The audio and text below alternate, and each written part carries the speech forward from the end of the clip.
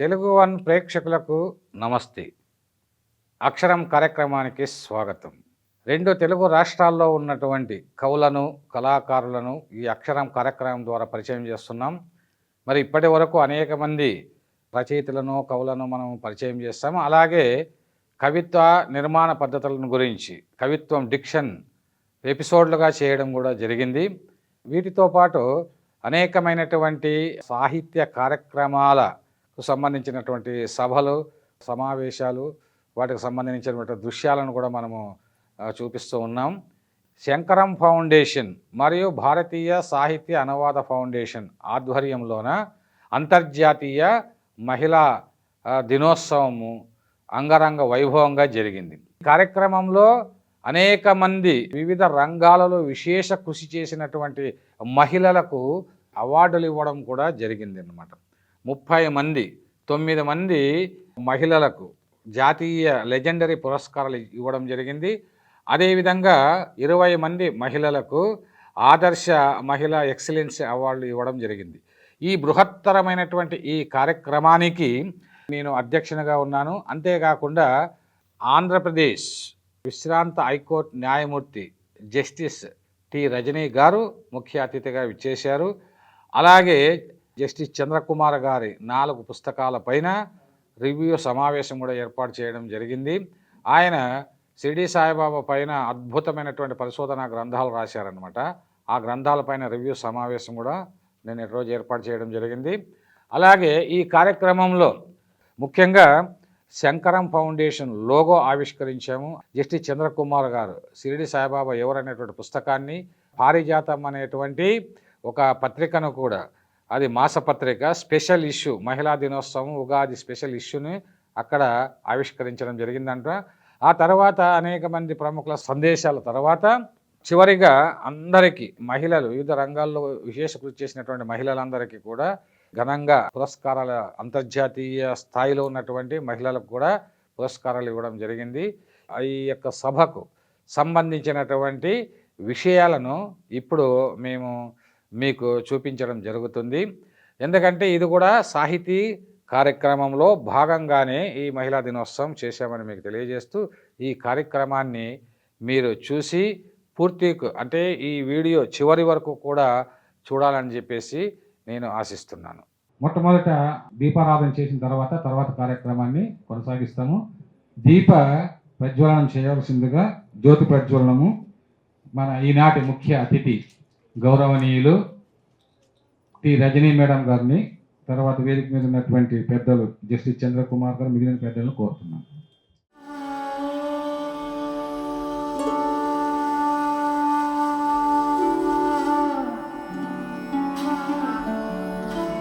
మా గురువు జస్టిస్ చంద్రకుమార్ గారు, వారు నాకు సామాజికంగా, ఆధ్యాత్మికంగా మార్గదర్శకులు. వారు రాసినటువంటి 4 పుస్తకాల పైన, ఎందుకంటే ఈరోజు చాలా అద్భుతమైన రోజు కాబట్టి మరి సంక్షిప్త సమీక్ష సమావేశం కూడా ఏర్పాటు చేశాము. వారు రాసినటువంటి షిరిడి సాయి బాబా ఎవరనేటువంటి పుస్తకాన్ని జస్టిస్ రజనీ మేడం గారు ఆవిష్కరించవలసిందిగా కోరుతున్నాను.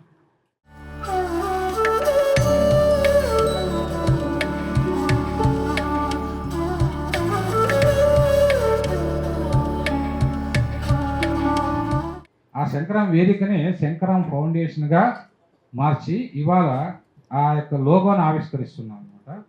ఈ లోగోను జస్టిస్ చంద్రకుమార్ గారు పవిత్రమైన చేతుల మీదుగా ఆవిష్కరించవలసిందిగా కోరుతున్నాం.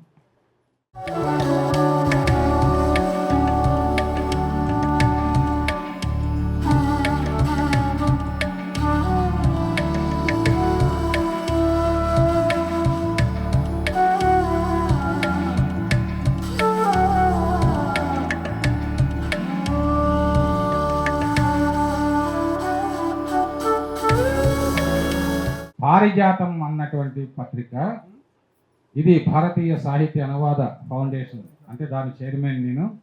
నా సంపాదకత్వంలో మరి గత 18 నెలలుగా ఈ పత్రిక, అంటే ఈ సమాజంలో గొప్ప పనులు చేస్తున్నటువంటి వారి గురించి, కవులు, రచయితలు, వారి రచనలు భారత దేశంలో ఉన్నటువంటి ఇతర భాషల్లోకి అనువాదింపజేసేటువంటి పత్రిక అన్నమాట.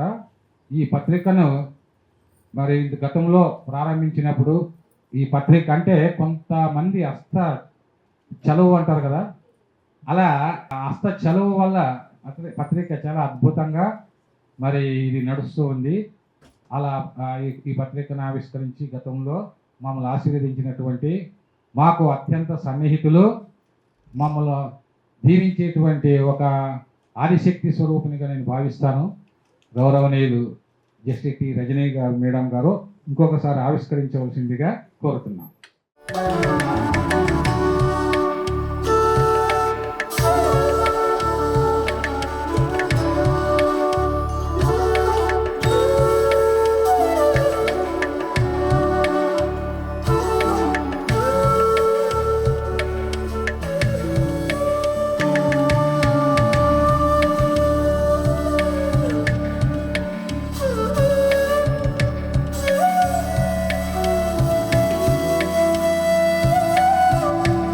శంకరం వేదిక అధ్యక్షురాలుగా ధనలక్ష్మి 2 మాటలు మాట్లాడు.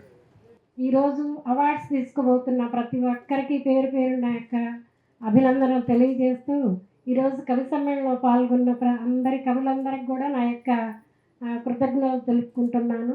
అంతర్జాతీయ మహిళా దినోత్సవ శుభాకాంక్షలు తెలియజేస్తూ, స్త్రీ శక్తి అంటే అలంకారం కాదు, అది అలుపెరగని పోరాటం.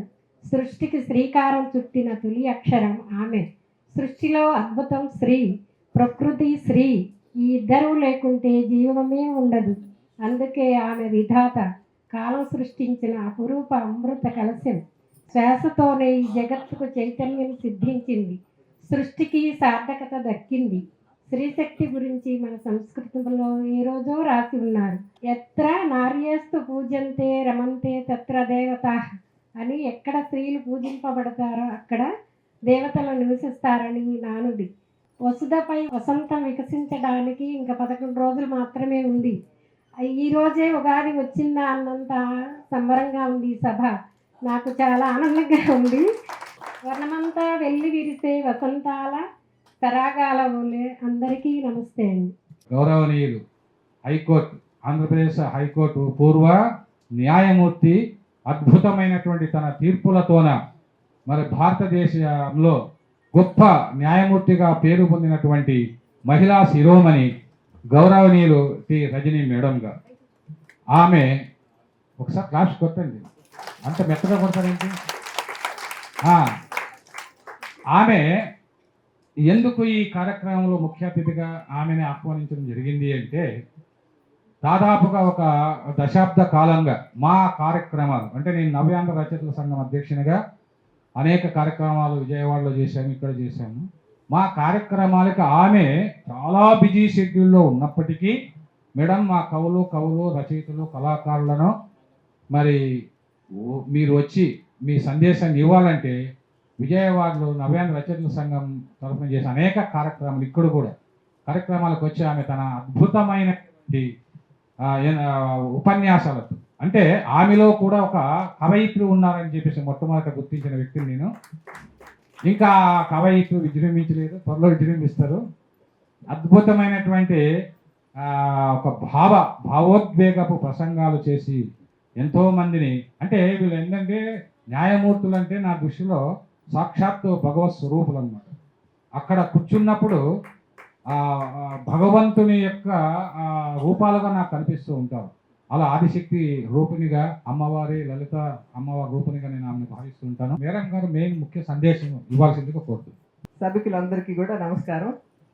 ఇవాళ నేను ఒక విశిష్ట వ్యక్తిగానే నాకు నేను గోచరిస్తున్నాను. ఇక్కడ దుక్కి కృష్ణ గారి ప్రలోభాలకి లొంగకుండా, కవిత్వం రాసే ప్రయత్నం చేయకుండా సమాజానికి పెద్ద సేవ చేశానని భావిస్తున్నాను నేను. వారు చెప్పింది నిజమే. అంటే రాస్తే కనుక మేబీ తొంగి చూస్తారేమో, వారు మరి ఏం చూశారో నాలో కవిత్వానికి సరిపోయే అంశాలు, కానీ పాపం వచ్చినప్పుడు అంతా చాలా చాలా ప్రోత్సహించడానికి ప్రయత్నిస్తూ ఉంటారు. ఎక్కడన్నా వదులుతారేమో నాకు ఈ క్షోభ నుంచి దీని నుంచి అని చూస్తున్నా. ఎందుకంటే ఈ సభలకు పిలిచి అనర్ఘళంగా అనంతంగా మాట్లాడే సభికుల్ని ఉద్దేశించి మాట్లాడమని పిలిస్తే కవిగా లేకపోయినా కొంచెం మాట్లాడగలనే నమ్మకం నాకు ఉండేది. అది కూడా పోగొట్టే పరిస్థితి ఇది. సరే, ఆయన చెప్పారు కదా తక్కువ మాట్లాడితే మేధావని, ఆ ముద్ర వేయించుకోవడానికి ప్రయత్నిస్తాను నేను. కనీసం ఒక మహిళా కోర్టులో పనిచేసినటువంటి జడ్జిగా అనుభవంతో మన మిత్రురాలు చెప్పినటువంటి విషయంతో నేను కొంచెం విభేదించాల్సి వస్తుంది. ఎందుకంటే రకరకాల బాధితులు, సంసారంలో బాధితులు, సమాజంలో బాధితులు, ఇంతమంది స్త్రీలను చూసిన తర్వాత స్త్రీలు చాలా ఎంపవర్డ్ అయిపోయారు ఈ సమాజంలో అని ఒప్పుకునేదానికి కొంచెం మనసు రావట్లే. ఉన్నారు ఎంపవర్మెంట్ అంటే in terms of numbers women చాలా చొచ్చుకుపోయారు సమాజంలో. మొన్న జస్టిస్ చంద్రకుమార్ గారికి తెలుసో లేదో, జేసీజే నోటిఫికేషన్లో 120 పోస్ట్కి నోటిఫికేషన్ ఇస్తే అందులో 104 సెలెక్టెడ్ క్యాండిడేట్స్ ఆర్ విమెన్. ఒక 16 మందే అబ్బాయిలట. మరి ఆ సంఖ్య చూస్తే చాలా ఎంపవర్మెంట్ వచ్చేసింది అనే ఫీలింగే వస్తుంది మనకి. మరి ఇంతమంది కవిత్రులు ఉన్నారు ఇక్కడ. మరి వీరి కవిత్వంతో సమాజం, మరి శ్రీశ్రీ లాంటి వాళ్ళని చూసి సమాజం ఎంతో మార్పు చెందుతుందనేటటువంటి ఒక నమ్మకంతో ఉన్నటువంటి వాళ్ళం మేము. మరి ఇంతమంది కవిత్రుల ప్రభావం సమాజం మీద పడవలసిన రీతిలో పడుంటే ఇవాళ సమాజం స్వరూపం చాలా మార్పు వచ్చేది. కానీ పెద్ద మార్పు లేనటువంటి స్వరూపం ఇంకా మనకు అనిపిస్తూనే ఉంది. ఎక్కడ మరి లోపం జరుగుతోంది? ఎవరి దృష్టికోణం? సమాజం దృష్టికోణం కాదు. సమాజం పట్ల మన ఎంపవర్డ్ స్త్రీల యొక్క దృష్టికోణం అనేది, తోటి స్త్రీల పట్ల ఉండాల్సినటువంటి దృష్టికోణం అనేది. ఒక జడ్జిగా, నేను హైకోర్టు జడ్జిగా ఒక పోస్ట్ని నేను అధిరోహిస్తే అది ఎవరికి లాభం? ఒక స్త్రీ హైకోర్టు జడ్జి అయింది, చాలా ఎంపవర్మెంట్ వచ్చేసింది సమాజంలో, ఎంతోమంది హైకోర్టు జడ్జెస్ ఆడవాళ్ళు అయిపోతున్నారు అనగానే ఎంపవర్మెంట్ వస్తే ఆ సంఖ్యలే చాలు మనకి. నాకు ఒక దృక్పథం లేకుండా, స్త్రీల సమస్యల పట్ల ఒక అవగాహన లేకుండా నా ముందుకు వచ్చినటువంటి కేసుల్ని నాకున్న చిన్న తెలివితేటలతోటి పరిష్కరించుకుంటూ పోతే అది విమెన్కి ఏమాత్రం ఉపయోగపడేటటువంటి స్థాయిగా మిగలదు.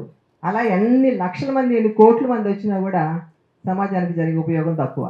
కనుక ఇవాళ ఈ సందర్భంగా ఒకే ఒక విషయం, కవిత్రులుగా, కవులుగా మీరు ప్రభావం చూపించగలిగేటటువంటి సమాజం మన ముందుంది. ఆ సమాజం మీద మీరు అద్భుతమైనటువంటి ప్రభావం చూపించగలరు. అందుకని మీరు అవలంబించుకునేటటువంటి దృక్పథం అనేది చాలా మౌలికమైనటువంటి విషయం. మనకు తెలుసు, మన రాజ్యాంగంలో ఒక సైంటిఫిక్ టెంపర్ని ప్రమోట్ చేయాలి, అది బాధ్యత, రాజ్యం యొక్క బాధ్యత. ఇవాళ మనం ఆ సైంటిఫిక్ టెంపర్ అనేది మనం పాఠ్య పుస్తకాల్లోకి వెళ్తే మనకు అర్థమవుతుంది. సైంటిఫిక్ టెంపర్ కాదు, ఒక గందరగోళమైనటువంటి పరిస్థితుల్లో పిల్లల్ని నెట్టేటటువంటి కార్యక్రమం జరుగుతుంది విద్యా విధానంలో. మరి మొన్న న్యాయ వ్యవస్థలో అవినీతి అనేటటువంటి ఒక పాఠాన్ని కూడా పెట్టాలనే ప్రయత్నం జరిగింది. అదృష్టవశాత్తు మన ఇప్పుడున్నటువంటి సిజే గారు దాన్ని ఖండించి వెంటనే తొలగించడం అనేది జరిగింది. ఉంది న్యాయ వ్యవస్థలో అవినీతి లేదని అంటలే. న్యాయ వ్యవస్థ అనేది ఎక్కడో ఆకాశం నుంచి ఊడిపడిన వ్యవస్థ కాదు, సమాజం నుంచి పుట్టుకొచ్చిన వ్యవస్థే. సమాజంలో ఉన్నటువంటి రుగ్మతలన్నీ న్యాయ వ్యవస్థలో ఉంటాయి. సమాజానికి దూరంగా బతికే న్యాయ వ్యవస్థ అసలు అక్కరేలే మనకి. సమాజానికి అనుగుణంగా ఉండే న్యాయ వ్యవస్థే మనకు కావాలి. సమాజంలో నుంచి వచ్చే న్యాయమూర్తులే మనకి న్యాయం చేయగలుగుతారు. జస్టిస్ కృష్ణయ్య గారు చెప్పినట్టు ఒక సోషల్ కాన్షియస్నెస్ ఉన్నటువంటి జడ్జే సరైన తీర్పు ఇవ్వగలుగుతాడు, సమాజానికి అవసరమైన తీర్పు ఇవ్వగలుగుతాడు. నేను సమాజానికి మీకు తెలుసు, జడ్జెస్ అనగానే ఒక అద్దాల మేడలో బ్రతికేటటువంటి మనుషులు. జడ్జి అవ్వగానే ఎంతో దగ్గర మిత్రులు, దగ్గర బంధువులు కూడా వచ్చి రావచ్చా, మేము కలవచ్చా మిమ్మల్ని అని అడుగుతారు మమ్మల్ని. చాలా బాధ అనిపిస్తుంది. అందరికీ దూరంగా జరిగిపోయి మేము చేయగలిగే న్యాయం ఏంటి? ఎవరికి చేయగలుగుతాం? సమాజంలో నుంచి వచ్చే ఫీడ్బ్యాకే మాకు ఆసరా ఒక మంచి జడ్జిమెంట్ ఇవ్వడానికి. మీకు చెప్పాలంటే ఒక చిన్న ఉదాహరణ చెప్తాను నేను, చాలా భయానకమైనటువంటి ఉదాహరణ. ముఖ్యంగా మీకు సాక్షి అని చెప్పేసి ఒక మహిళా అసోసియేషన్ ఒక సర్వే జరిపింది. ఏమిటంటే ఒక స్త్రీని ఒక దెబ్బ కొడితే వైలెన్సా కాదా? అవునా కాదా చెప్పండి. చాలా సంతోషంగా ఉంది ఆ మాట వినటానికి. సర్వే భాగంలో న్యాయమూర్తులందరినీ కూడా చాలామందిని వాళ్ళు ఇంటర్వ్యూ చేయడం జరిగింది. 80% న్యాయమూర్తులు వైలెన్స్ కాదు అని చెప్పడం జరిగింది. మరి ఎక్కడి నుంచి వచ్చింది వాళ్ళకి అభిప్రాయం? వాళ్ళ తీర్పులు తప్పకుండా అదే దానికి అనుగుణంగానే ఉంటాయి కదా. జస్టిస్ కార్డజో చెప్పినట్టు, జస్టిస్ బెంజమిన్ ఎల్ కార్డజో ఒక గొప్ప న్యాయమూర్తి, ఆయన చెప్తారు ప్రతి వ్యక్తికి కూడా ఒక ఫిలాసఫీ, ప్రతి జడ్జికి కూడా ఒక ఫిలాసఫీ ఉంటుంది. అది ఫిలాసఫీ అవునా కాదా అని తెలిసినా తెలియనప్పటికీ వాళ్ళ యొక్క ప్రతి యాక్షన్కి ఒక డైరెక్షన్ ఇచ్చేటటువంటి ఒక తత్వం ప్రతి వ్యక్తిలో ఉంటుంది. ఆ తత్వం ఎక్కడి నుంచి వస్తుంది? మన కుటుంబం నుంచి, మన సమాజం నుంచి, మన చుట్టుపక్కల ఉన్న దాని గురించి, ముఖ్యంగా కుటుంబం నుంచి. ఇవాళ మరి ఆ న్యాయమూర్తులు 70 మంది న్యాయమూర్తులు ఒక దెబ్బతినే ఆడది వైలెన్స్ కాదని చెప్పారంటే ఆయన చుట్టూతో ఉన్నటువంటి సమాజం ఇచ్చినటువంటి సందేశం ఆయనకి అది. ఆయన చూస్తాడు ఇంట్లో, వాళ్ళ అమ్మని చూస్తాడు, వాళ్ళ నాన్న తిట్టినా కొట్టినా కూడా అన్ని భరించి ఉంది ఆదిశక్తి కదా. మరి స్త్రీలు చాలా సహనవంతులు కదా, పెంచి పెంచి చిన్నప్పటి నుంచి స్త్రీ అంటే సహనశీలి, త్యాగమూర్తి అనేసరికి మనం అన్ని త్యాగాలు చేయడానికి సిద్ధపడిపోవాలి, సహనంగా ఉండాలి. దయచేసి ఆ సహనాన్ని వదిలిపెట్టండి, అసహనం అనేది నేర్చుకోండి. ఇంటాలరెన్స్ టువర్డ్స్ అట్రాసిటీస్, ఆ ఇంటాలరెన్స్ నేర్చుకున్నప్పుడే రియాక్ట్ అవ్వగలుగుతాం మనం. అన్నిటి సహిస్తూ కూర్చుంటే ఏముంటుంది మార్పు ఇప్పుడు సమాజంలో? ఇవాళ అన్ని సహించి కూర్చుంటే మనం అందరం ఇక్కడ కూర్చోగలిగే వాళ్ళమా? స్త్రీ బయటకు వస్తే కళ్ళెత్తి ముడుచుకునే బ్రుకుటులు ఇంకా ఉన్నాయి మన చుట్టూతా. ఒక స్త్రీ అడుగు బయట పెట్టగానే క్వశ్చన్ మార్క్స్తో కనబడే మొహాలు ఇంకా ఉన్నాయి మన చుట్టూతా. మరి వాటన్నిటిని కూడా మార్చుకోవాలి అంటే మనం ఒక మంచి దృక్పథాన్ని అలవర్చుకోవాలి. ముఖ్యంగా ఈ స్టీరియో టైప్స్ అండి, ఆడదానికి ఆడదే శత్రువు, ఆడదంటే అసూయ, ద్వేషాలు, ఇవన్నీ ఈ నానుడులు. ఈ స్టీరియో టైప్ అండర్స్టాండింగ్ తోటి మనం ఏం చేస్తున్నామంటే నిజమే ఆడదానికి ఆడదే శత్రువు. ఎందుకు వచ్చింది నానుడి ఆడదానికి ఆడదే శత్రువు అని? అత్త కోడళ్ళ మధ్య ఉన్న వైరుధ్యం, అంతేనా? ఒక అత్త కోడళ్ళ మధ్య ఉన్న వైరుధ్యాన్ని ఒక ఆడదానికి ఉన్న వైరుధ్యంగా సమాజానికి ప్రొజెక్ట్ చేసి ఒక అపభ్రంశం నెట్టేసి కొట్టుకొని చావండి మీరు అత్తా కోడలు అని చెప్పేసి వదిలేసినటువంటి కుట్ర. అక్కడ ఉన్నది ఇద్దరి మధ్య వైరుధ్యం కాదు, స్త్రీకి మధ్య వైరుధ్యం కాదు, ఒక రెండు వ్యవస్థల మధ్య ఉన్న వైరుధ్యం. ఇచ్చే వ్యవస్థ, పుచ్చుకునే వ్యవస్థ. అక్కడ కోడలికి అత్తగారే కాదు శత్రువు, మామగారు శత్రువే, భర్త శత్రువే, అటు ఉన్న ఆ వ్యవస్థలో ఉన్నట్టు ప్రతి వాళ్ళు శత్రువులే. కానీ అత్తే శత్రువుగా ఎందుకు మిగిలిందంటే ఖాళీ టైం ఎక్కువ ఉంటుంది అత్తకి, ఆ వ్యవస్థ యొక్క కార్యక్రమాన్ని సక్రమంగా సమర్థంగా నిర్వహించగలిగేటువంటి టైం ఉంటుంది ఆవిడికి. ఎప్పుడంటే అప్పుడు మొట్టికాయ వేయడానికి అందుబాటులో ఉంటుంది కోడలికి. కనుక అత్త శత్రువుగా మిగిలిపోతుంది కోడలికి, వాళ్ళిద్దరి మధ్య శత్రుత్వంగా మిగిలిపోతుంది. ఈ అత్త కోడలు తండ్రిని గేట్ దగ్గర నిలబెడుతుంది, కోడలు అక్కని అన్నని అందరినీ గేట్ దగ్గర నిలబెడుతుంది. అక్కడ కోడలకే కాదు శత్రువు ఆవిడ, కోడలకు సంబంధించిన ప్రతి వాళ్ళకి శత్రువే. ఈ యొక్క స్టీరియో టైప్స్ నుంచి మనం బయటపడకపోతే ఇంక ఇలాగే ఉంటుంది మనకి. ఆడదానికి ఆడదే శత్రువు అని మనం కూడా నమ్ముతాము. మాకు తెలుసు సర్వీస్ మ్యాటర్స్ ఉంటే, మరి సర్వీస్ మ్యాటర్స్ ఎక్కువ మగవాళ్ళు వేసే మ్యాటర్సే ఉన్నాయి మా దగ్గర. మరి జలసి, అసూయ, ద్వేషాలు ఒక ఆడవాళ్ళకు ఉంటాయంటే మరి వాళ్ళందుకే కదా వేస్తున్నారు. నాకన్నా పైకి వాడు వెళ్ళకూడదు, నేనే రావాలి పైకి. మరి అది మాత్రం మనకు చాలా అభ్యుదయంగా కనిపిస్తుంది. ఆడవాళ్ళు చేసేవన్నీ కూడా చాలా నేరో కంపాస్లో చూడటం అలవాటైపోయింది మనకి. ముందు దాని నుంచి బయటపడి మనకి ఏంటి అవసరం, సమాజాన్ని మనం ఎటు తీసుకెళ్ళాలి, అసలు మనల్ని మనం గుర్తించాలి ఫస్ట్. ఎక్కడ మనల్ని మనం డిస్క్రైబ్ చేసుకోవాలి, మనల్ని మనం డిఫైన్ చేసుకోవాలి. ఇందాక మీరు చెప్పాను కదా, న్యాయమూర్తులు కూడా అటువంటి అభిప్రాయాన్ని కలిగిస్తున్నటువంటి మన బిహేవియర్ని మనం మార్చుకోవాలి. ముందు ఒక దెబ్బ కొడితే కొట్టడానికి వీల్లేదు అనే ఒక గొంతెత్తి అరిస్తే అప్పుడు కనీసం మన ఇంట్లో పుట్టే పిల్లవాడికి అర్థమవుతుంది ఇది సహించరానటువంటి నేరం, ఇది సహించరానటువంటి విషయం అని చెప్పి వాడికి అర్థమవుతుంది. వాడు పెద్దవాడు న్యాయమూర్తి అయితే వాడు అప్పుడు ఎస్ ఇది వైలెన్స్ అని చెప్పేసి ఒక తీర్పుని ఇవ్వగలుగుతాడు. కనుక ఆ రకంగా ఈ సమాజాన్ని మనం తీర్చిదిద్దుకునేటువంటి బాధ్యత మనందరి మీద ఉంది. ముఖ్యంగా ఇక్కడ ఉన్నటువంటి కవుల మీద ఎక్కువ ఉంది. ఎందుకంటే వారు చెప్పినట్టు కవిత్వం అనేది చాలా పవర్ఫుల్ వెపన్. నాకు తెలిసి మేము యూనివర్సిటీ చదువుతున్నప్పుడు దీర్ఘోపన్యాసాలు ఇస్తే నక్సలైట్ అది ఆర్ఎస్సీ వాళ్ళు వచ్చి ఒక 2 పాటలు పాడంగానే మొత్తం అందరూ అటువైపు తిరిగి వెళ్ళిపోయేవాళ్ళు. అంటే ఆ పాటకి కవిత్వానికి ఉన్నటువంటి బలం అది. కనుక మీ అందరూ ఆ రకమైనటువంటి కృషిని చేసి ఈ సమాజాన్ని మంచి సాగు చేస్తారని చెప్పేసి నమ్ముతూ ఈ అవకాశం వచ్చినందుకు ఆనందపడుతూ ముగిస్తున్నాను. మేడం మరి నేను రాయమన్నాడు కరెక్టా కాదు చెప్పండి. చూడండి అది చూడండి. నేను ఎందుకంటే ఆమెలో ఒక ఫైర్ బ్రాండ్ ఉన్నది. నేను ఎప్పుడూ చెప్తూ ఉంటాను, మనకు తెలియని ఎన్నో విషయాలు, కొత్త కోణాలు. మేడం మీ జీవిత చరిత్ర రాయండి అని నిన్న ఇంట్లో కూడా చెప్పాను. మీరు ఊరికి ఏదో రాసుకురాండి, తర్వాత తరదిస్తాం, అది పెద్ద సమస్య కదా అని అన్నట్లుగా ఇటువంటి ఒక మంచి ఒక దీన్ని జస్టిస్ చంద్రకుమార్ గారు కూడా ఆ విధంగా ఇప్పుడు రాశారు. ఎంత అద్భుతమైన పుస్తకాలు రాశారు. ఆ విధంగా మేడం గారు చాలా మేడం మీరు మంచి ఇన్స్పిరేషనే కాదు, మాకు తెలియని విషయాలు ఎన్నో మీరు తెలియజేసినందుకు మీకు హృదయపూర్వక ధన్యవాదాలు తెలియజేస్తున్నాము. Next speaker doctor Nadimpalli Yamuna Pathak గారు. ఈరోజు అంతర్జాతీయ మహిళా దినోత్సవం పురస్కరించుకొని నన్ను ఆత్మీయంగా ఆహ్వానించిన సభా సామ్రాట్ కళారత్న డాక్టర్ బికి కృష్ణ గారికి, అలాగే శంకరం ఫౌండేషన్ అధ్యక్షురాలు శ్రీమతి యలవర్తి ధనలక్ష్మి గారికి, అలాగే పేరు పేరున ఇక్కడ ఆశీలైన పెద్దలు ఉద్దండలు మరి మన బంధువులందరికీ కూడా అక్కడ ఉన్న వాళ్ళందరికీ కూడా నమస్సుమాంజలి.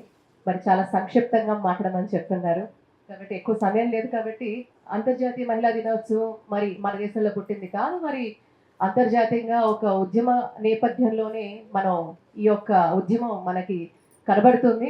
బట్ ఇక్కడ నేనిచ్చే ఒక్కటే ఒక చిన్న సందేశం ఏంటంటేనండి, చాలా మంది కూడా మహిళా సాధికారత గురించి భారతీయులు కూడా మాట్లాడడం అనేది నేను అంగీకరించని విషయం.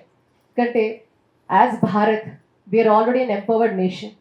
యాజ్ భారత్ ఇక్కడున్న భారతీయురాళ్ళు మన భారతీయులందరం కూడా ఎన్నో యుగాల నుంచి we are empowered as citizens of Bharat. ముందు అది మనం తెలుసుకుందాం.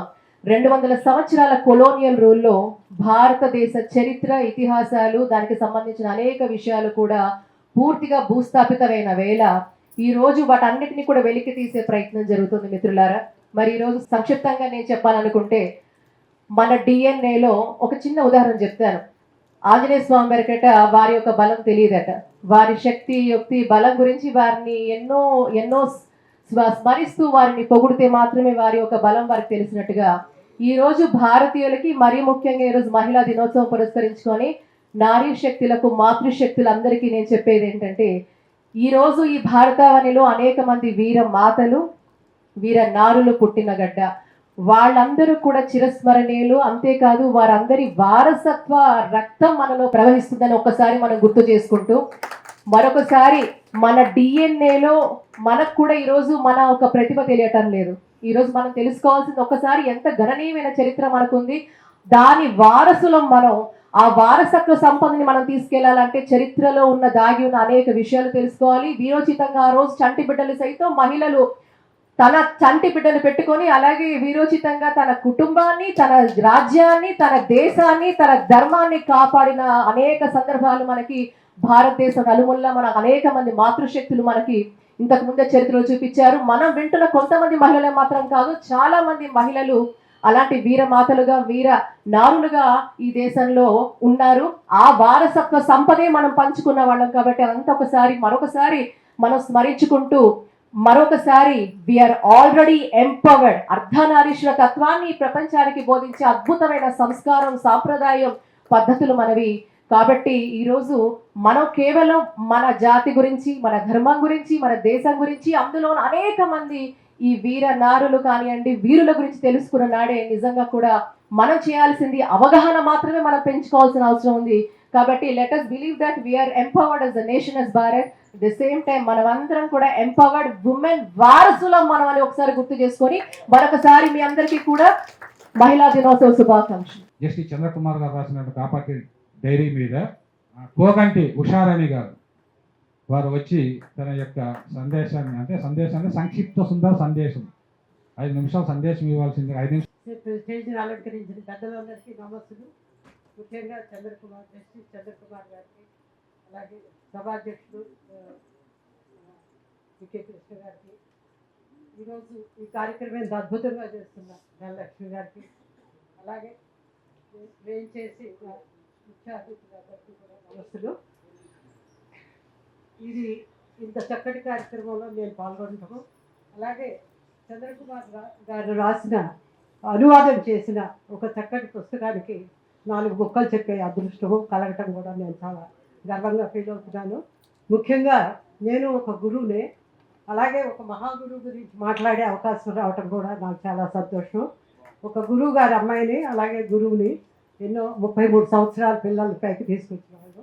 అలాంటి ఒక మహాగురువు గురించి ఈరోజు ఫస్ట్ టైం నేను దీన్ని డీప్గా చదివాను. కాకపోతే చాలా సంక్షిప్త సుందరంగా చెప్పాలి కాబట్టి ఎంతోమంది గురువులు మన ఆధ్యాత్మికతని పెంచుకుంటూ వచ్చారు. మనకి ఏ మతం అనేది కాదు, ఇది మతానికి అతీతమైనదే ఆధ్యాత్మికత. అన్ని మతాల్లోనూ సారం ఉంటుంది. ఆ సారాన్ని వెలికి తీసి శిష్యులకి ఏది అవసరమో అది చెప్పి వాళ్ళని పైకి తీసుకురావటమే అసలైన ఆధ్యాత్మికత అని నాకు అర్థమైంది.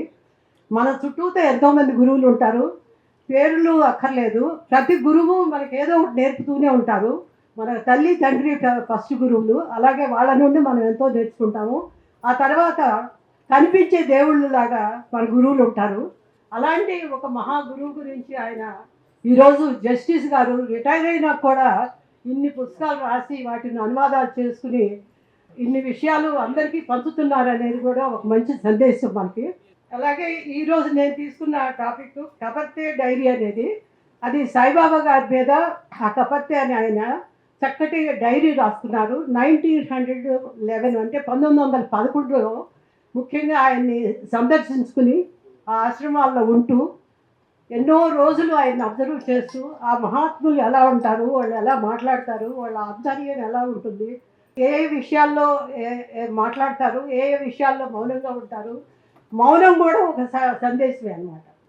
మన అమ్మ బాగా కోపం వచ్చినప్పుడు ఏం చేస్తూ ఉంటుంది, మౌనమే సందేశం.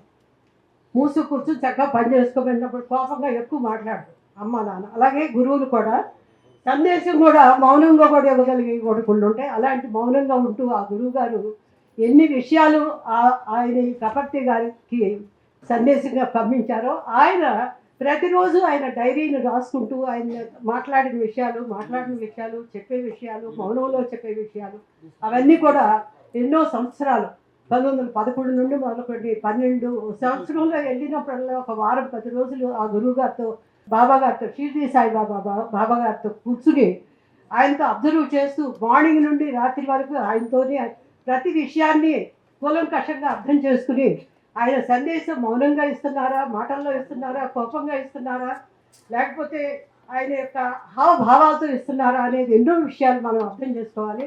మన గురువులు కూడా ఇట్లా అంటే చాలు, మనకి ఏం చేయాలో మనకు తెలుసు. అలాగే ఎన్నో విషయాలు ప్రతిదీ హావభావాల్లో చాలా ఎక్స్ప్రెస్ చేయొచ్చు. అది మనకి ఇండియన్స్కి ఉన్న ఒక మహాకళ. హావభావాలే చాలా ఎక్స్ప్రెషన్ ఎక్కువ ఉంటుంది, అన్ని మాటలతో చెప్పక్కర్లేదు. అలాంటి ఒక మహాగురువుని ఆ కపర్తే ఆయన ఒక ఫస్ట్ ఆదర్శమైన ఒక లాయరు. మన జస్టిస్ గారు సెలెక్ట్ చేసుకోవడం కూడా ఒక లాయర్ గారి గురించి, ఆయన డైరీ గురించి సెలెక్ట్ చేసుకోవడం నాకు చాలా ఆనందం కలిగింది. ఆయన ఒక పెద్ద లాయరు. 1911లో డైరెక్ట్గా మహాగురువు గారు షిరిడి సాయిబాబా గారిని దర్శించుకుని ఎన్నో సంవత్సరాలు ఆయన దగ్గరగా ఉంటూ, ఒక సేవకుడిగా ఉంటూ, ఒక ఫ్రెండ్గా ఉంటూ, ఒక కుటుంబ పెద్దలాగా ఉంటూ ఎంతోమందిని ఆయన ద్వారా పరిచయం చేసుకుంటూ ఎలా నేర్చుకున్నారు, ఆ నేర్చుకున్నది ప్రజలకు ఎలా పంచారు, తర్వాత ఆయన ద్వారా ఆయన ఎలా కాపాడబడ్డారు. ఆయన అంత ఎంత గొప్ప జస్టిస్, ఒక లాయర్ అంటే తిలక్ గారిని రక్షించిన ఆయన, స్వాతంత్రమైన నా జన్మ హక్కుని పోరాడిన మహామనిషి. అలాంటి ఆయన బ్రిటిష్ వాళ్ళు ఏం చేస్తారు, మనం పోరాడితే ఒప్పుకోరు కదా, అది వాళ్ళ ఇష్టం అనమాట.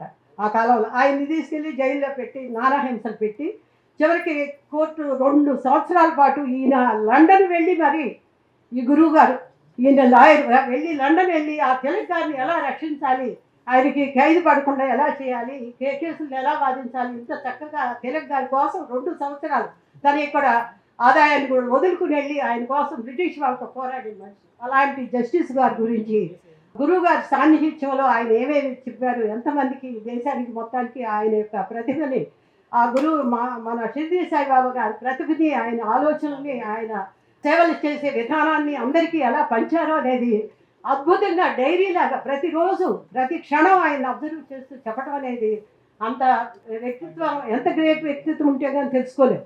గురువుల దగ్గర కాసేపు కూర్చుంటే మనకు అసలు అర్థం కాదు, అట్లాంటిది ఉంటుంది.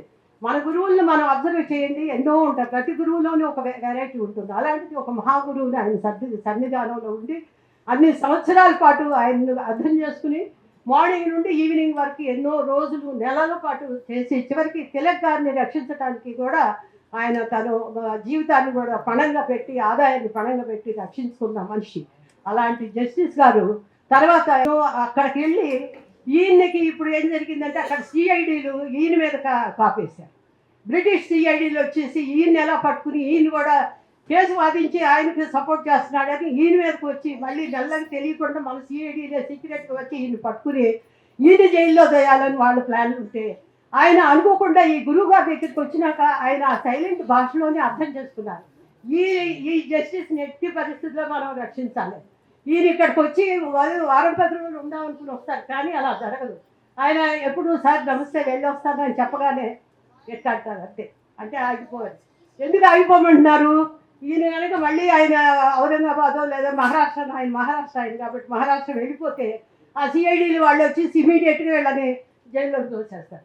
అది చేయకుండా ఇక్కడ స్వామి సన్నిధానంలో ఉన్నప్పుడు ఇలాంటివి ఏం జరగవు. ఆటోమేటిక్గా ఆయన్ని కాపాడటం కోసం 2-3 నెలలు కూడా అక్కడే రిటైన్ చేసి ఆయన్ని ఆ కపత్తి గారిని సేవ్ చేసుకునే విధానం. ఆయన ఫ్యామిలీ మొత్తం ఇక్కడికే వచ్చి ఉంటూ ఉంటారు, వాళ్ళ పిల్లలు కూడా ఇక్కడ ఉంటారు. ఒక దురదృష్టకటంలో వాళ్ళ బాబు కూడా అక్కడే సరిపోతారు. అట్లాంటి ఎన్నో ఈవెంట్స్, ఎన్నో రకరకాలుగా మౌన భాషల్లో కొన్ని, కోపంగా కొన్ని. ఒకసారి గురువు మనం శిక్షిస్తాడు కదా, మనం ఎంతమంది గురువులు చాలా శిక్షలు పడి ఈరోజు ఈ స్టేజ్కి వచ్చాము. అందరూ గుర్తు చేసుకోండి ఒకసారి. గురువు శిక్షిస్తే మన కోపం వస్తుందా? తల్లి బాధితే తండ్రికి బాధితే కోపం వచ్చిందా? ఎన్నిసార్లు తన్నుదిని ఉంటాము, వాళ్ళు గురువులు కాబట్టి ఎన్నైనా సహిస్తాం. అట్లాగే ఆయన అప్పుడప్పుడు కోపమైన వర్డ్స్ వచ్చినా కూడా మౌనంగా భరించడం, అది అర్థం చేసుకోవడం. ఆ కోపం ఎందుకు జరుగుతుందంటే అవతల ఎవరో ఈయన మీద పగబెట్టి ఏదో చేస్తున్నప్పుడల్లా ఈయన కోపం వస్తుంది. ఈయన మీద కాదు కోపం, జస్టిస్ గారి మీద కోపం. ఈయన్ని ఎవరో బాధ పెట్టడానికి ఆ సిఐడి సీక్రెట్గా ఇక్కడికే వస్తారు, ఆశ్రమానికి కూడా వస్తారు. వాళ్ళు వస్తే వాళ్ళ పైకి ఏమో నటన చేస్తూ ఉంటారు, ఈయన్ని చాలా ఫ్రెండ్ లాగా బిహేవ్ చేస్తారు. మహాగురువులు ఎలా ఉంటారు, ఎంతమందికి ఆదర్శంగా ఉంటారు, ఎందుకు వరల్డ్ అంతా పూజిస్తుంది. ఈరోజు నేను అంత పూజలు పురస్కారాలు చేయను, కానీ మా చెల్లి తమ్ముడు మా మరిది గారు అమెరికా వెళ్ళిపోయి 30 ఏళ్ళు అయింది. వాళ్ళు అక్కడ పెద్ద గుడి కట్టించారు షిర్డీ సాయిబాబా గారు. అక్కడ ఒక వెళ్ళి 90 ఏళ్ళు వెళ్ళారు. అప్పటి నుండి వాళ్ళు ఏదో విధంగా ముందేమో రెంటల్లో పెట్టారు గుడిని, ఇప్పుడు రియల్గా పర్మనెంట్గా కోట్లు ఖర్చు పెట్టేసి ఇట్లా పిలిస్తే అట్లా డబ్బులు వచ్చేసి కోట్లు వస్తే పెద్ద గుడి ఓన్గా కట్టేసి ఇప్పుడు ఎంతో మందిని అన్ని అక్కడ షిర్డీ సాయిబాబా ఉంటారు. అందరినీ ఎవరైనా అన్ని మతాల వాళ్ళు కూడా పూజించుకోవచ్చు అక్కడ.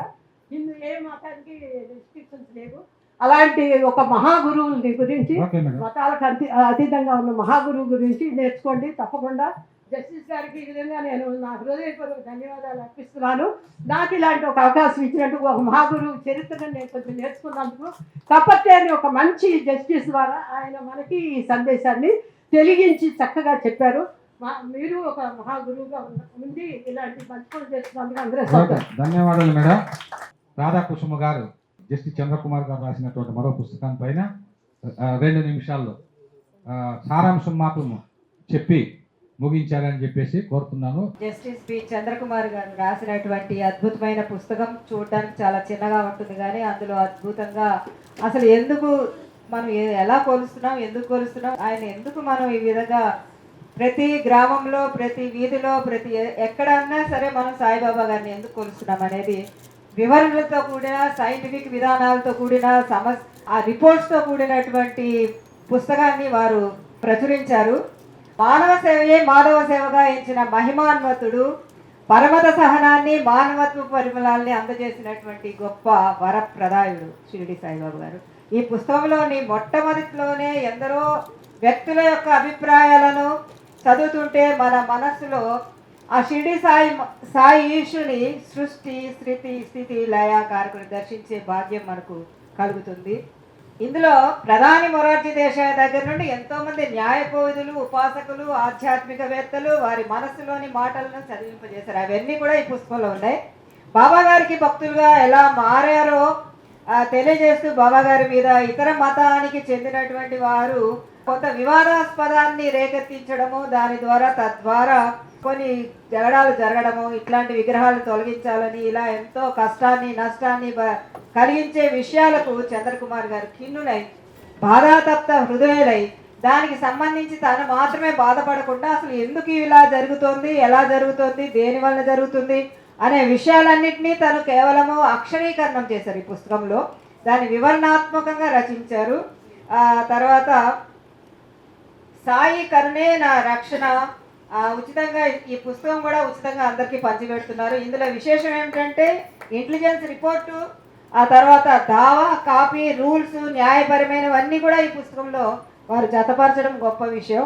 ఏదో యథాలాపంగా తన మనసులోని ఆలోచన రాయకుండా దానికి ఒక ఆధారాలతోటి, సైంటిఫిక్ రీజన్లతోటి అన్నిటినీ క్రోడీకరిస్తూ, వారు న్యాయమూర్తి కాబట్టి ఆ విషయాలన్నింటినీ ఇక్కడ ఏకరువు పెడుతూ ఎందుకు ఇలా జరుగుతుంది, దానివల్ల అసలు ఏంటి అనేది వివరణాత్మకంగా విశ్లేషిస్తూ రాసినటువంటి ఈ పుస్తకం మహా అద్భుతమైనటువంటి పుస్తకం. మనం అందరం చదవవలసిన పుస్తకం. సాయిబాబాకు కులం, మతం, ప్రాంతం ఏది లేదని, ఆ విషయాలు ఎక్కడా వ్యక్తం చేయలేదని ఎందరో మహానుభావుల మాటల ద్వారా మనకు అవగతం అయ్యే విధంగా ఉటంకిస్తూ రాయడం జరిగింది. ఎల్ల లోకములొక్క ఇలై వర్ణ భేదములెల్ల కలై మతములన్నీ మాసిపోను జ్ఞానం ఒకటి నిలిచిపోను అని గురజాడ మహాకవి వాక్యం ఏనాటికైనా వాస్తవం అవుతుందని ఇందులో మనకు రాసిన విధానం ఎంతో అద్భుతం. తర్వాత ఇందులో ఉవాచలు, వారి గురించి రిపోర్ట్లు యథాతథంగా వేయడం. అప్పటి ఆయన న్యాయమూర్తి కాబట్టి వాటిని ఏదో మనం మామూలుగా మాట్లాడుకునే విధానంలో కాకుండా వాటిని ఉన్నట్లుగా రిపోర్ట్ల తదంగా ఆనాడు మాట్లాడుకున్న విధానాల్ని వాటినన్నింటినీ కేంద్రీకరించి ఒక పుస్తకంగా తయారు చేసి మన ముందు ఉంచడం జరిగింది. జరుగుతున్న దుష్ప్రభావ పరిస్థితిని తట్టుకోలేకపోయారు ఆయన న్యాయకోవిధులు ఆ తరహాలోనే ఆలోచించే విధంగా వాస్తవాలను, తీర్పులను ఆర్థికంగా, సాంస్కృతికంగా, సమాజపరంగా అన్నీ మన కళ్ళ ముందు పెట్టడం ఆయనకు మాత్రమే సాధ్యమైంది. ఒక సత్యాన్ని తీసుకునే వీలైంది. ఇక్కడ అనేక రకాలైనటువంటి శీర్షికలతోటి అసలు ఏంటి అనేది, ఏది షిరిడి జన్మస్థలము అంటూ, సాయిబాబా ఎవరు, ఎక్కడ చెందినటువంటి వారు, ఆయన పుట్టుపూర్వత్రాలు ఏంటి, దానికి కొన్ని ఉదాహరణలు రాయడం. ఇది గొప్ప పుస్తకం. ఇది మనం చదివినప్పుడు మనం కొన్ని వివాదాస్పదంగా కొన్ని భావనలు వ్యక్తం చేస్తుంటాం, కానీ అవి అసత్యాలని తను నిరూపిస్తూ రాసినటువంటి విధానం చాలా అద్భుతంగా ఉంది. బాబాను గురించిన ఆనాటి మహాత్ములు ఏమన్నారు, సాయిబాబా సమకాలీన యోగులు మెహర్ బాబా, ఉపాసిని బాబా, వాసుదేవానంద సరస్వతి మహారాజ్, ఇటు పద్మనాభ స్వామి, వీరందరూ మాట్లాడినటువంటి విషయాలు, వాళ్ళు ఎక్కడ ఎవరితో మాట్లాడారు, ఇవన్నీ కూడా అందులో ఉటంకించారు. జిల్లా కోర్టులో కేసు వేయడం దగ్గర నుంచి సందర్భంగా మూసివేసే దగ్గర ఇది ప్రారంభమైంది. అయితే అది ఎందుకు జరిగింది అనేది దాని వెనకాల ఎంతో కథ ఉంది.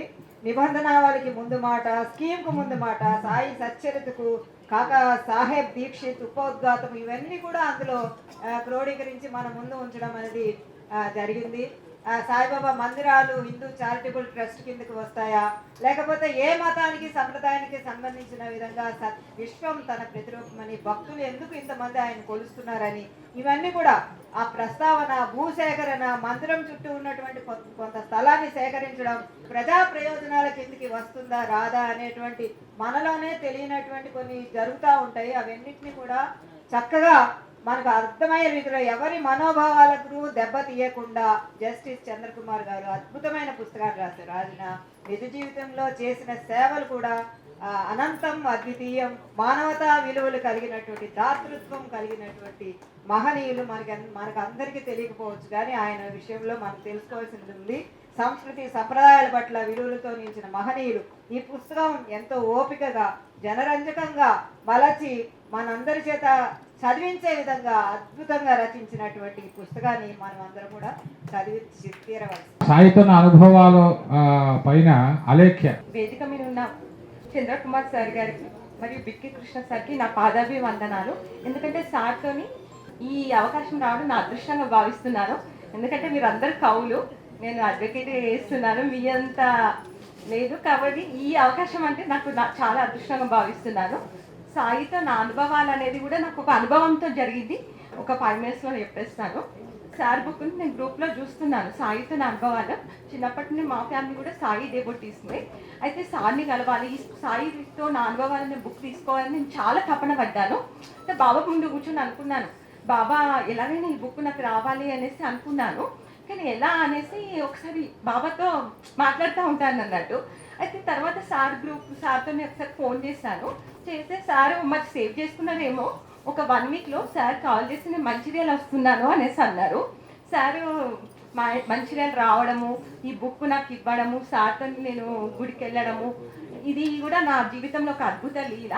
ఆ లీలను నేను ఇప్పుడు మీ ముంగట చెప్తున్నాను. సార్తోని లా ఎంట్రన్స్లో 1976లో సార్ ఎంట్రన్స్కి ప్రిపేర్ అవుతున్నారు. సరిగా ప్రిపేర్ అవ్వలేదంట. సార్ ఏంటంటే హిందూ మ్యారేజ్ యాక్ట్ గురించి చదివారు, కానీ ముస్లిం యాక్ట్ గురించి చదవలేకపోయారట. సార్ దగ్గర బుక్ లేకపోవడం. మరి ఒక సార్ సరేలే అనేసి ఒక చెట్టు కింద కూర్చొని నిద్రపోయారు. అంటే ఇది సార్కి జరిగిన అనుభవాలు ఈ బుక్ రూపంలో చెప్తున్నాను. అయితే నిద్రపోయిన తర్వాత ఒక కాగితం అనేది సార్ ముందు వచ్చేసింది. అందులో ముస్లిం యాక్ట్ 1939 గురించి క్లియర్గా ఉందన్నది. సరే సార్ వెళ్ళి ఎగ్జామ్ రాద్దామనేసి లోపలికి వెళ్ళారు. టైం అయ్యాక వెళ్ళాక అదే క్వశ్చన్ రావడం, సార్ లా ఎంట్రన్స్ ఫస్ట్ క్లాస్లో పాస్ అవ్వడం జరిగింది. సార్ జీవితంలో జరిగిన లీల. మళ్ళీ తర్వాత సార్ జిల్లా జడ్జిగా సెలెక్ట్ అవ్వడం కూడా చాలా అద్భుతంగా జరిగింది.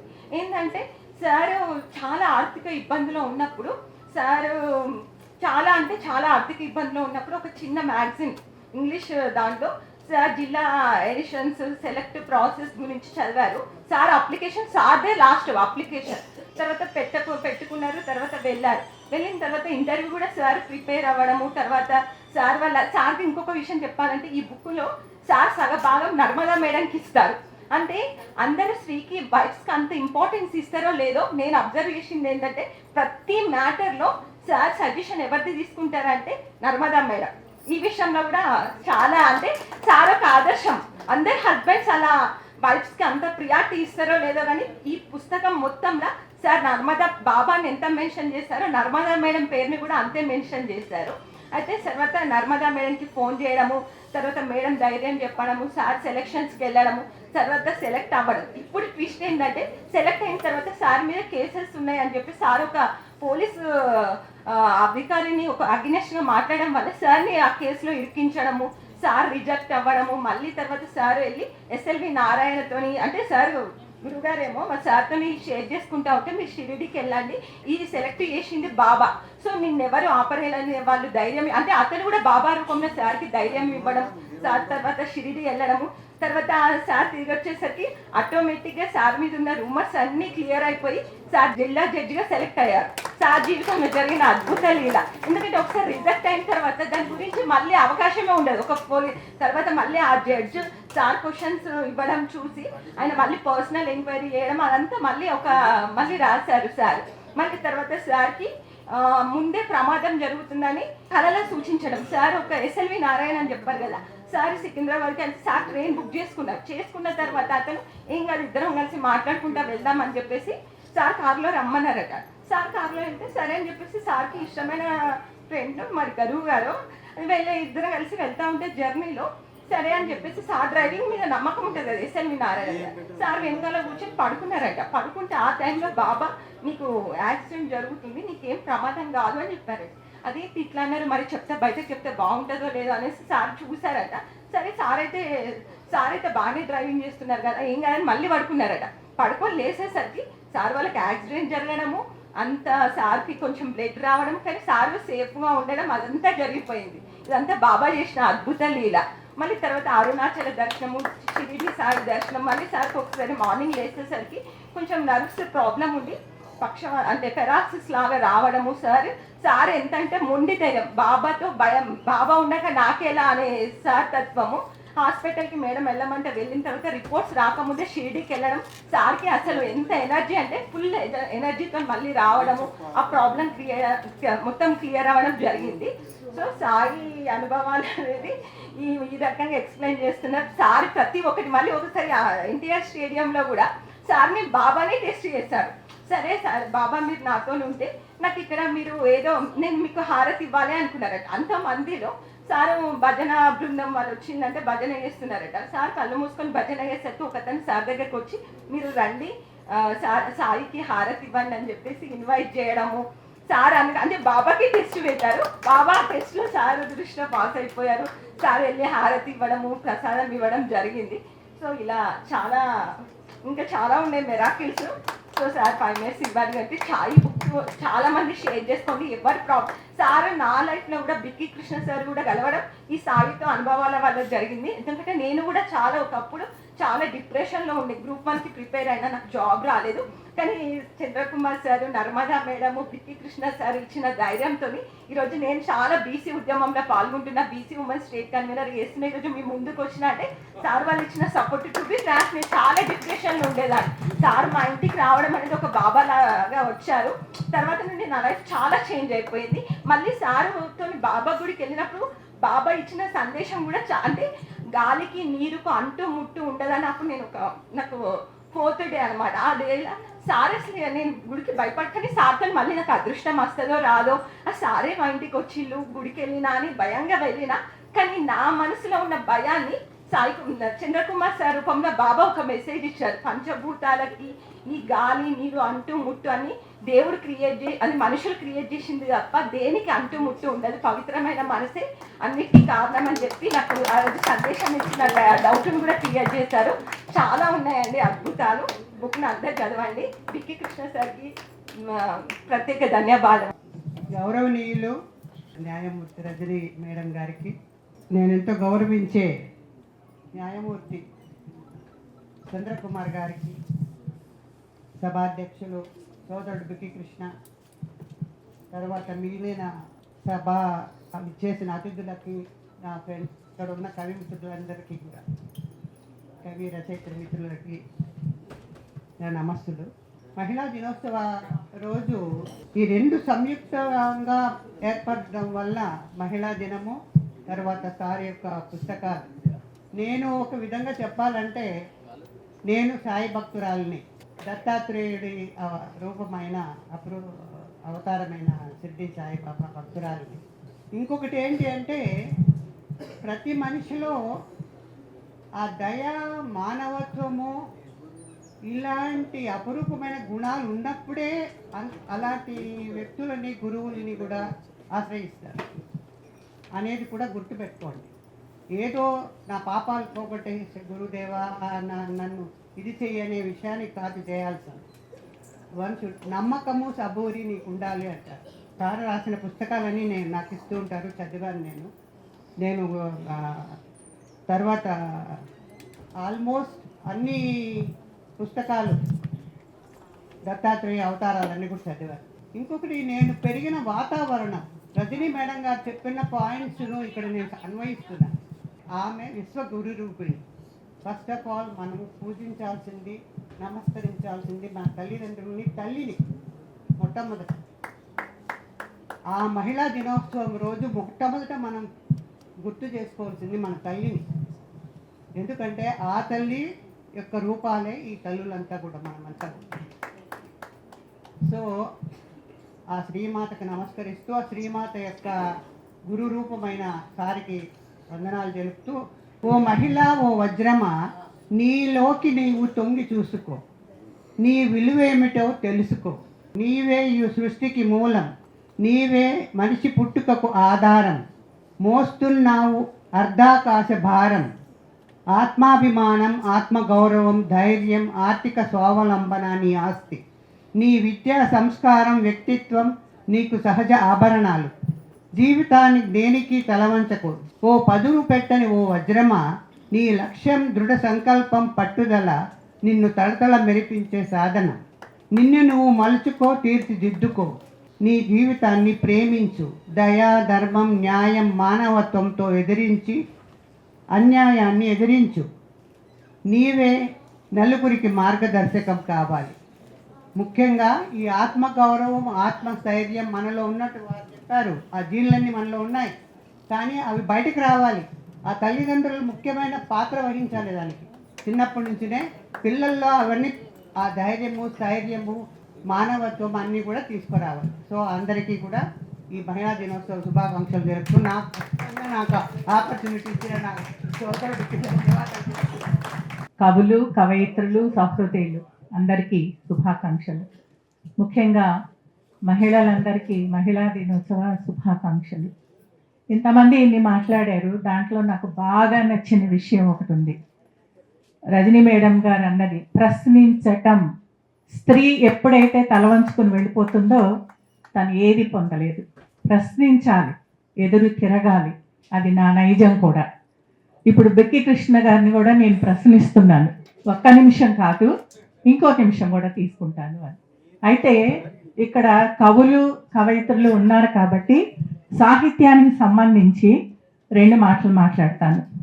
వేద కాలం నుంచి, పురాణ కాలం నుంచి, ప్రబంధాల నుంచి, హాలుడి గాథా సత్యశతి నుంచి, గురజాడ గారి నుంచి, చలం నుంచి ఈనాటి వరకు కూడా అందరూ చెప్పింది ఏంటంటే స్త్రీ ఆలోచించగలదు, స్వీయ నిర్ణయాలు తీసుకోగలదు, ప్రశ్నించగలదు, అలాగే తాను వెలుగుతూ ఇతరులను వెలిగించగలదు అని చెప్పి. అయితే ఇక్కడ స్త్రీ అనేది పూల కొమ్మైనా లేదా కన్నీటి చెమ్మైనా, నేను క్లుప్తంగా చెప్తున్నాను. కన్నీటి చెమ్మ అంటే ఇందాక రజనీ గారు చెప్పినట్టు కుటుంబాల్లో ఉండే అనేక సమస్యలు, సమాజం నుంచి ఎదుర్కొనేవన్నీ, ఇవన్నీ మాట్లాడచ్చు. కానీ క్లుప్తత అనేది ఇక్కడ అవసరం కాబట్టి చెప్తున్నా. కన్నీటి చెమ్మైన, రంగుల బొమ్మైన, ఈ రంగు అనే దానికి అనేక అర్థాలు మీకే వదిలేస్తున్నాను, ఆలోచించుకోండి. అవనిలో అమ్మైన, ఏదైనా కానీ స్త్రీ అనేది ఒక అబల కాదు, కానీ సబల కూడా కాకుండా సమాజం తయారు చేస్తూ ఉంది. అందుకనే ప్రశ్నించటం అనేది జరిగినప్పుడే విప్లవం అనేది కూడా వస్తుంది. అయితే స్త్రీకి మనం సాహిత్యంలో రకరకాల పేర్లు ఉన్నాయి. అవన్నీ కూడా స్త్రీ సౌందర్యము, సౌకుమార్యము, వీటిని గురించి ఎక్కువ చెప్పబడింది. అయితే 2 పేర్ల గురించి మాత్రం నేను ఖచ్చితంగా చెప్పాలనుకుంటున్నాను. ఒకటి ఏంటి అంటే నవల, మీ అందరికీ తెలిసిందే. అది నవల, పుస్తకం కాదు. నవల అంటే నవరసాలను నవోన్మేషంగా ప్రకటించగలిగినటువంటి వ్యక్తి స్త్రీ అని. ఇంకొక మాట నారి. ఈ పదాలు మనం మర్చిపోతాం. స్త్రీలో ఉండేటువంటి సమర్థతను, వ్యక్తిత్వాన్ని, ఔన్నత్యాన్ని తెలిపేటువంటి పదాలు నారి. ఈ నారి అనేది మన్మధుడి పూల బాణాలను ప్రయోగించిన నారిగా కొంతమంది చూడొచ్చు. అద్భుతమైన గ్రంథంగా తీర్చిదిద్దారు. అంటే ఏ గ్రంథానికైనా ఒక మూలాలు ఉండాలి, అంతేగాని మనం ఏదేదో భావించుకొని ఏ ఉన్నాయనుకొని మనం చెప్పకూడదు. దీంట్లో evidences, collateral evidence, corroborative evidence, సంచలనాత్మక ప్రసంగంతో సంచలనాత్మక భావాలను మనందరికీ తెలియజేసి సమాజంలో పేరుకున్నటువంటి వారి చుట్టూ ఉన్నటువంటి పొరలను తొలగించినటువంటి జస్టిస్ రజని గారికి, అక్కడికి నేను ఒక డిఆర్ఐ ఆఫీసర్ గా, సీనియర్ ఇంటెలిజెన్స్ ఆఫీసర్ గా రెగ్యులర్ గా వెళ్తుండే వాళ్ళం. అప్పటి నుంచి మేడం పరిచయం. అప్పటి నుంచే ఒక సమాజానికి ఉపయోగపడేటువంటి గొప్ప ఉద్దేశాలు కలిగినటువంటి గొప్ప స్త్రీమూర్తి కాకుండా గొప్ప న్యాయమూర్తి, అద్భుతమైన గ్రంథంగా తీర్చిదిద్దారు. అంటే ఏ గ్రంథానికైనా ఒక మూలాలు ఉండాలి, అంతేగాని మనం ఏదేదో భావించుకొని ఏ ఉన్నాయనుకొని మనం చెప్పకూడదు. దీంట్లో evidences, collateral evidence, corroborative evidence. మహిళా దినోత్సవ శుభాకాంక్షలు. నాకు తిరిగి అవకాశం ఇస్తే మా అమ్మ బడిలో పడుకొని పండు వెన్నెల్లో నిండు జాబిలిని చూస్తూ ఆమె చెప్పే కథలను వినాలని ఉంది అన్నాడు ఒక విజ్ఞానవేత్త, పెద్ద సైంటిస్టు. అంటే తాను ఇంకా తెలుసుకోవాల్సిన అంశమేదో మిగిలిపోయిందని, దానికి ప్రాతిపదిక అమ్మే కాబట్టి చిన్నప్పటి నుంచి విద్యాబుద్ధులు అన్ని గురువులు ఉన్నా కూడా తల్లే మొదటి గురువు. మనం ఎంత చెప్పుకున్నా, ఎటు చూసినా ఎందరో మహిళలు మనస్సు కదిలిస్తే ఎన్నో బాదామే గాథలు, వాళ్ళు తెరిచిన పుస్తకంలో ఎన్నో బాదామే గాథలు అని అన్నారు. అందరికీ తెలిసిందే ఎన్ని సమస్యలు ఉండేవో, ఎన్ని కష్టాలు అనుభవించినారో, పురుషులతో సమానమైనటువంటి హక్కులు తెచ్చుకోవడానికి ఎంతగా పోరాటాలు జరిపారో చరిత్ర మనకు చెప్తుంది. కానీ ఈనాడు మనం సంతోషించాల్సింది ఏమంటే విద్య, ఉద్యోగం, వేతనం, ఆస్తి, రక్షణ అన్నిట్లో కూడా మనం పురుషులతో సమానంగానే ఉన్నామని చెప్పి చెప్పక తప్పదు. ఇంకా కూడా ఎంతో ముందుకు మనం సాధిస్తారు. సర్వాంతర్యామిని స్త్రీ ఆమె లేకపోతే కుటుంబం ఉండదు. ఎందుకంటే తాగుడు ఆస్తి లేకపోవడం, విద్య లేకపోవడం అన్నింటినీ అధిగమించి ఇంత ముందుకు వచ్చారంటే మహిళలేమి తక్కువ కాదు. అష్టావధానులు ఉంటారు కానీ స్త్రీ మాత్రం సహస్రావధాని చెప్తూ రాధాకృష్ణ గారు సాయిబాబా ఎవరు అనే విషయం మాట్లాడారు, చాలా చక్కగా వివరించారు. మరి కపర్దే డైరీ గురించి కూడా కోగంటి ఉషారాణి గారు చెప్పారు. మా యువ న్యాయవాది సుభాషిణి బాబా నాకు అనుభవాల గురించి కూడా వివరంగా చెప్పడం జరిగింది. నేను చివరిగా ఒకటి చెప్తున్నా, మీరు సాహిత్యాన్ని బాగా చదవండి. యోగుల గురించి చదవాలని కనుక అనుకుంటే షిరిడి సాయిబాబా గురించి తెలుసుకోండి. ఎటువంటి ప్రేమతత్వం ప్రతి జీవిలో ప్రతి ప్రాణిలో ఉన్నది ఒకే భగవంతుడు అని చెప్పినటువంటి వ్యక్తి. నాకు ఆకలి ఉందని చెప్తాడు ఒకసారి లక్ష్మీబాయితో, అవి రొట్టెలు తీసుకొని వస్తాడు, రొట్టె ముక్కలు కుక్కకి వేసేస్తాడు. అక్కడ ఏంది బాబా ఇట్లా చేస్తున్నావు నువ్వు, నీకు ఆకలి ఉందని చెప్తే నేను కదా రొట్టె తీసుకొచ్చానంటే అక్కడ ఉన్న ప్రాణి దాని ఆకలి నా ఆకలి ఒకటే, ఆ ఆకలి తీస్తే నా ఆకలి తీరినట్లే. అన్ని జీవుల్లో ఉండే ఆత్మ ఒకటి అనేటటువంటి దాన్ని సామాన్యులకు కూడా అర్థమయ్యేటట్లు చెప్పిన, అతి సామాన్యులకు కూడా అర్థమయ్యేటట్లు చెప్పినటువంటి ఒక గొప్ప సంఘటనలు చాలా ఉన్నాయి. దానిలో ఒక మనిషికి, మానవత్వానికి, మనిషి తనను తాను కరెక్ట్ చేసుకోవడం చాలా అవసరం. తనను తాను కరెక్ట్ చేసుకోవడం ధ్యానం ద్వారానే సాధ్యమవుతుంది. Meditation 1 hour meditation compulsory. 1 hour meditation కనుక మీ యువకులు ఇప్పటి నుంచి చేయడం కనుక మొదలు పెడితే అద్భుతమైనటువంటి ఒక విజయాన్ని సాధిస్తారు.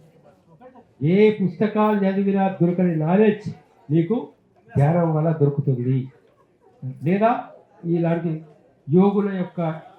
యోగులతో మనం సాన్నిధ్యంలో ఉండడం ద్వారా పుస్తకాలు చదవడం కానీ మరో రకంగా తెలుస్తుందని ఒక ప్రశాంతమైన జీవితాన్ని తెలుసుకుంటూ ఇంకా చాలా ఒకసారి ఆశ్చర్యం వేస్తుంది. 70 వచ్చినా 80 వచ్చినా కూడా ఇంకా ఆస్తి కోసము, ఇంకా సంపాదించాలని, ఇంకా పదవులు కావాలని, ఇంకేదో కావాలని ఇటువంటి ఇన్ని సంవత్సరాలు వచ్చిన తర్వాత ఇంకా మనకు ఆస్తి కావాలా? ఉంది కదా తినడానికి ఉన్న తర్వాత కూడా మనకు లైఫ్ సెటిల్మెంట్కి ఆల్రెడీ ఉంది. ఇక్కడ భగవంతుడు ఇచ్చాడు. సంపద కావాలా, డబ్బులు కావాలా, అక్రమంగా సంపాదించాలా, ఇంకా ఆస్తులు కావాలా, పదవులు కావాలా, అన్ని అనర్థాలకు సమాజంలో కారణం ఏంటంటే ఇలాంటి ఒక ఆలోచన. నాకు చాలు భగవంతుడు ఇచ్చింది అని కనుక అనుకుంటే అసలు ఏ ప్రాబ్లమ్స్ ఉన్నాయి సమాజంలో. ఒక మంచి కార్యక్రమాన్ని ఏర్పాటు చేసినందుకు అందరూ అభినందిస్తూ, ముఖ్యంగా బిక్కి కృష్ణ గారిని మరొకసారి అభినందిస్తూ, మరి అది అర్థం చేసుకోవాలని చెప్తూ అక్కడ పుస్తకాలు కూడా ఉన్నాయి, కావాల్సిన వాళ్ళు తీసుకోవాలని చెప్తూ ప్రతి ఒక్కరికి ధన్యవాదాలు. Thank you.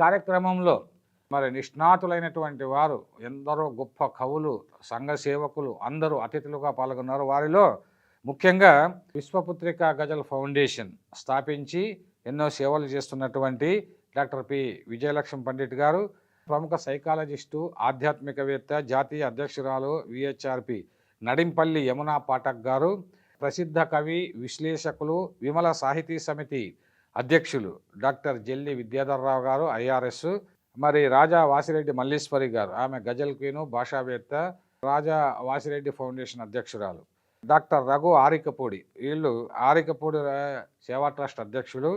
ఇంక ముఖ్యంగా ఒక కవి సమ్మేళనం కూడా ఈ సందర్భంగా మేము ఏర్పాటు చేయడం జరిగింది. ఈ కవి సమ్మేళనాన్ని ప్రముఖ కవయిత్రి, అధ్యక్షులు కుసుమధర్మన ఫౌండేషన్ ఆమె డాక్టర్ రాధా కుసుమ గారు సమర్థవంతంగా కవి సమ్మేళనం నిర్వహించారు.